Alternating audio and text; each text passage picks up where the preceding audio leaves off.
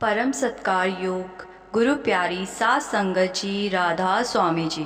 संगत जी, नामदान मिलना सतगुरु की एक ऐसी अनमोल बख्शिश है और पूरे जहान में कोई भी इसकी कीमत नहीं दे सकता। नामदान अनमोल होता है। नामदान पर हमारा हक नहीं होता। नामदान सतगुरु अपनी मर्ज़ी से देते हैं, क्योंकि सतगुरु को सब पता है कि किसको नामदान मिलना चाहिए और किसको नामदान नहीं मिलना चाहिए। संगत जी, आज जो साखी आपको सुनाने जा रही हूँ, ये साखी उस बीवी की है जिसको 8 बार नामदान की पर्ची नहीं मिली थी। आप शायद सोच रहे होंगे वो बीवी सत्संग सेवा पर नहीं जाती होगी, लेकिन ऐसी बात नहीं है। एक बार एक बस में बहुत सारी संगत नामदान की पर्ची लेने ब्यास जा रही थी। सभी सत्संगी आपस में एक दूसरे से पूछ रहे थे कि नामदान की पर्ची देते वक्त वो हमसे क्या क्या सवाल पूछेंगे और उन सब सवालों का हमें क्या क्या जवाब देना चाहिए जिससे हमें पर्ची मिल जाए। उसी बस में एक पति पत्नी भी बैठे थे।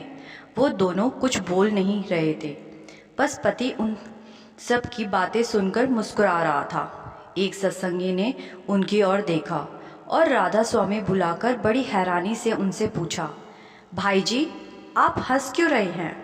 तो वो बोला, मैं आप लोगों पर नहीं बल्कि आपकी बातों पर हंस रहा हूँ। जो बातें आप लोग कर रहे हैं वो सब बातें हमारे साथ भी हो चुकी है, इसलिए मैं मुस्कुरा रहा हूँ।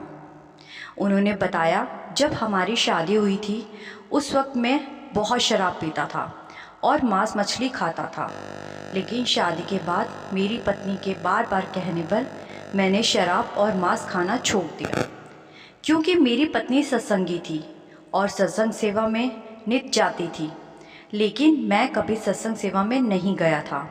फिर एक बार मेरी पत्नी ने मुझे अपने साथ हमारे शहर में होने वाले सत्संग पर चलने को बोला।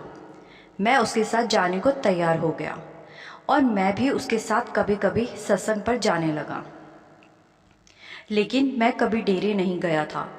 मेरी पत्नी सेवा पर भी बहुत जाती थी और उसने बाबा जी के सत्संग भी बहुत सुने थे।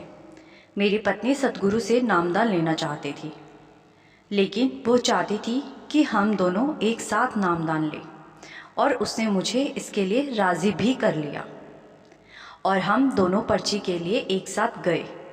और रास्ते में ऐसे ही आप लोगों की तरह वो मुझे सब कुछ समझाती गई कि पर्ची देते समय वो क्या क्या सवाल पूछ सकते हैं और उनके सवालों का क्या क्या जवाब देना है और कैसे बोलना है।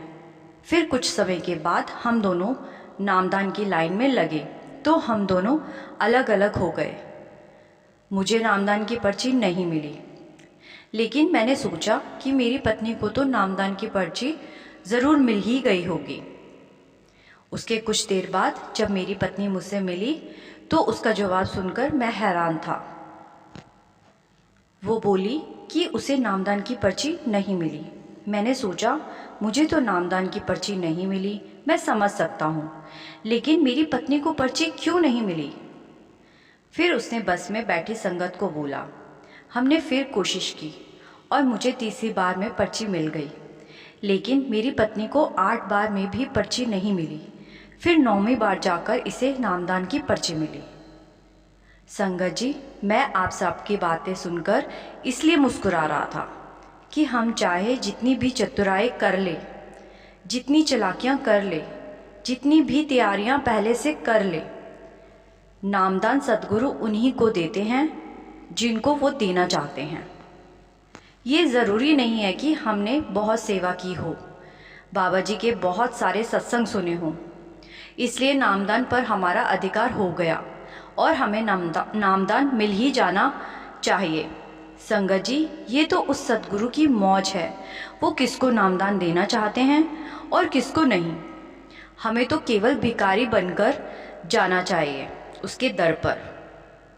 सतगुरु हमें नामदान की बख्शिश दे देंगे तो ठीक है, अगर नहीं देंगे तो हमें बुरा नहीं मानना चाहिए, ना ही कोई शिकायत करनी चाहिए। बस समझ लेना चाहिए कि हम नामदान के काबिल ही नहीं हैं, क्योंकि नामदान तो सतगुरु की दौलत है, वो जिसे चाहे उसी को देंगे। हमारा कोई अधिकार नहीं बनता इसलिए मैं मुस्कुरा रहा था। आप चाहे जितनी भी चालाकियाँ करके जाओ, आप में से सद्गुरु जिन जिन को नामदान देना चाहते हैं उनको ही मिलेगा। आज हम अपने बेटे और बहू के साथ इनकी पर्ची के लिए जा रहे हैं। ये अगर नामदान के काबिल हुए तो इनको सद्गुरु नामदान ज़रूर देंगे। संगत जी उस भाई की बातें सुनकर बस में बैठी संगत चुप करके बैठ गई। सब समझ चुके थे कि नामदान कोई स्कूल का इम्तिहान नहीं है जो नकल मारकर हासिल कर लेंगे। इसके बाद बस में बैठी संगत सब बातें छोड़कर बाबा जी के शब्द बोलने लगी। संगत जी इसी के साथ आपसे विदा लेती हूँ। आपको ये साखी अच्छी लगी तो वीडियो को लाइक और चैनल को सब्सक्राइब करना ना भूलें जी। राधा स्वामी जी।